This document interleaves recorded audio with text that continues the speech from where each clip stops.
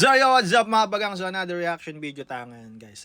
Ito guys pangungunahan ko na ulit. Pangungunahan ko na ulit guys para hindi tayo mag-away-away. Kung ikaw ay isang BBM loyalist or ayaw mo sa mga Duterte, please, scroll up muna, scroll down muna, isarado mo na yung TikTok mo, okay? Manood ka na lang ng iba, wag mo nang panoorin tong video na to. Okay, binabantaan ko na kayo kasi ayaw kong masira yung mga araw nyo or ayaw kong awayin nyo ko. Okay, dahil lang nakita nyo tong video na to. Pero, kung ikaw ay Duterte supporters or solid Duterte ka, okay, para sa itong video na to, panoorin mo hanggang matapos. Okay ba yun? So, game! So, shoutout muna sa ang balita ngayon, peram ng picture nyo guys. Ito mainit kasi tong issue na to, patungkol nga dito sa parang proyekto sa Davao City na inaangkin daw nitong Marcos administration. Pero ito, pag-aralan muna natin yung sinabi ni Atty. Rowena Guanzon. Okay? Sabi niya dito guys, hoy BBM, magnanakaw! Hindi mo legacy project yan. Gumawa ka ng sarili mong projects, pati Bukana Bridge ninakaw ni BBM. Gusto lang niyang ipakita na hindi siya takot magpunta sa Davao, pero nag-helicopter siya at isinara ang coastal road, iniwasan ng mga taong sumisigaw ng boo. Wala talagang preno to si Atty. Rowena Guanzon. Pero ito nga guys, okay, sino ba ang dapat mabigyang kredito dito sa nangyayari or dito sa ginawang bridge na ito or yung Bukana Bridge sa Davao City? Okay? So ito guys, may mga nabasa ako and then may pan-researching, tama naman yung nabasa ko. Ito guys, okay? Ito, pakita ko sa inyo. So ito guys, ito yung timeline, okay? Sa lahat from start to finish ng pagbubuo nitong Bukana Bridge sa Davao City.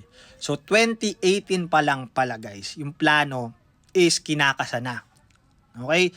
So 2018, back to 2018, okay, DPWH, long-term plans to improve Davao East West connectivity. So ito is under ni Mark Villar guys, kung matatandaan nyo, siya yung Secretary of DPWH noon. So 2018 pa lang guys, nagkaroon na ng plano between the Chinese corporation or the Chinese contractor dito sa administrasyong Duterte. So nung 2018 pa lang guys, dinidiscuss na yung Bukana Bridge na yan. Okay? So, 2018 pa rin guys, na-formalize na nga itong deal under the Duterte administration. Sabi dito guys, the Philippines and the China signed an exchange of letters for the China aid localized projects, including the Davao River Bridge or the Bukana Bridge. This officially placed the project under China grant funding, not a loan. This happened during the height of Duterte's Build plus PH China Infra Cooperation. So, noong 2018 pa lang guys, nagkaroon na ng totally agreement or mutual agreement between the two countries, between the China and the Philippine administration.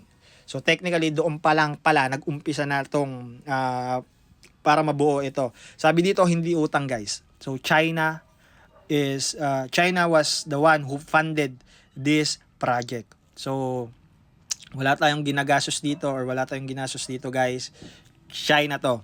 So kailangan lang ma-aprobahan to or sumang-ayon dito ang gobyerno at itutuloy na to ng China. Okay? Pero kabagang, di ba? Ang tanong kasi, bakit 2023 or 2022 ini-start itong project? Okay? Bakit 2022 lang kabagang? 2018 ang layo pa nun, halos 4 years yung nagap. And then natapos siya ng 2025. So dapat Marcos administration ang makinabang. Hindi kabagang, okay? So ito ang paliwanag dyan guys.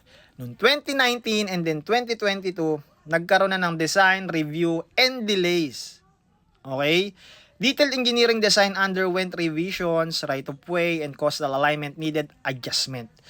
So noong 2019 pa lang guys, gumagawa na sila ng mga plano.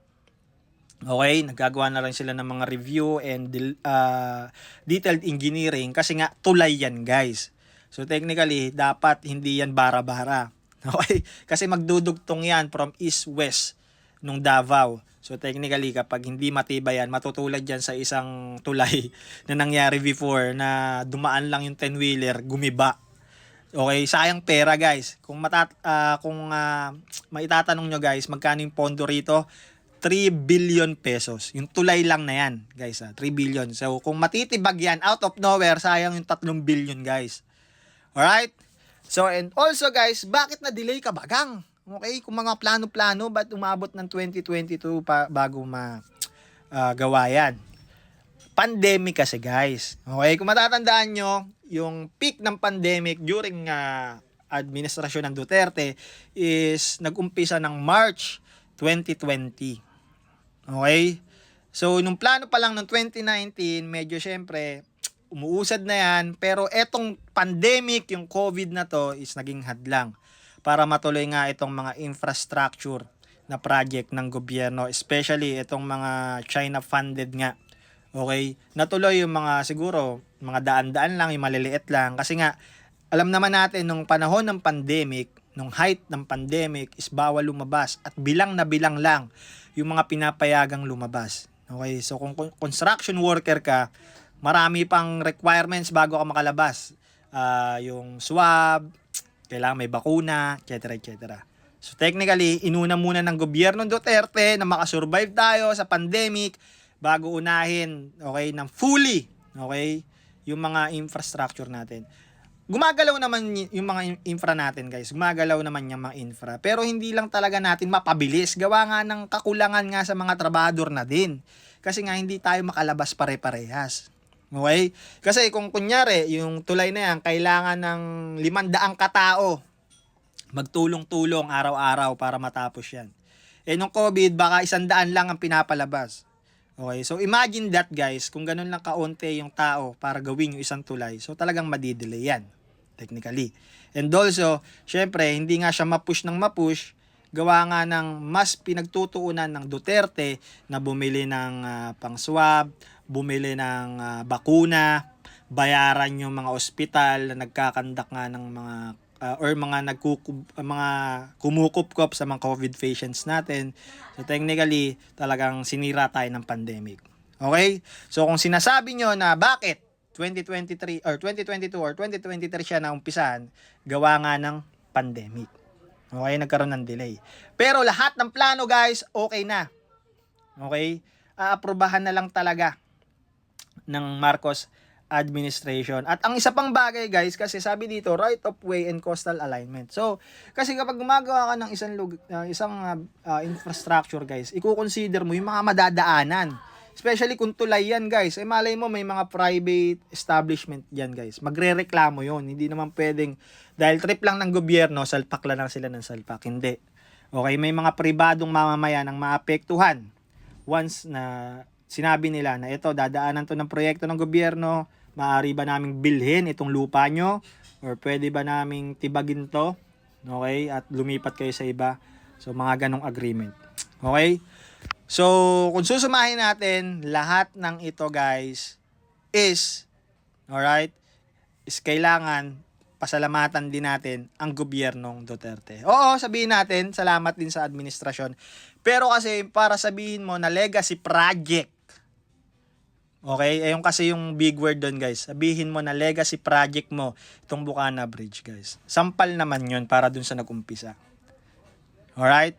Kumbaga, kung classmate mo yun guys, sa'yo lahat idea, sa'yo lahat ng planning, okay? Dahil may delay lang ng onte, sa kanya na-execute, hindi ka man lang pinasalamatan sa idea mo, di ba? Isang kawalang hiyaan naman yung ganun. Okay? So dito guys, pwede nating pasalamatan yung Duterte administration as well. Pwede rin nating magpasalamat sa Marcos administration kasi tinuloy nila to. Pero para sa Marcos administration, para sabihin mong legacy project sa pamumuno mo, ayun ang doon tayo magkakatalo. Okay?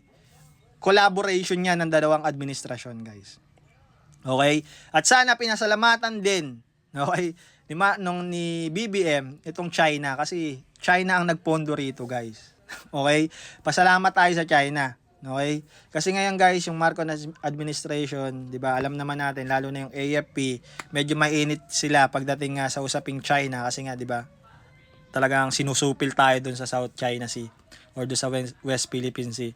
So ayun. So para sa akin guys, kung ako tatanungin sinong dapat pasalamatan, both administration, okay, para wala nang away. Pero para sabihin natin na legacy to ni Marcos, big no-no yan guys. Big no-no. Alright? So yun lang mga bagang. I hope na klaro na sa atin to. Okay? Walang away. Peace yo!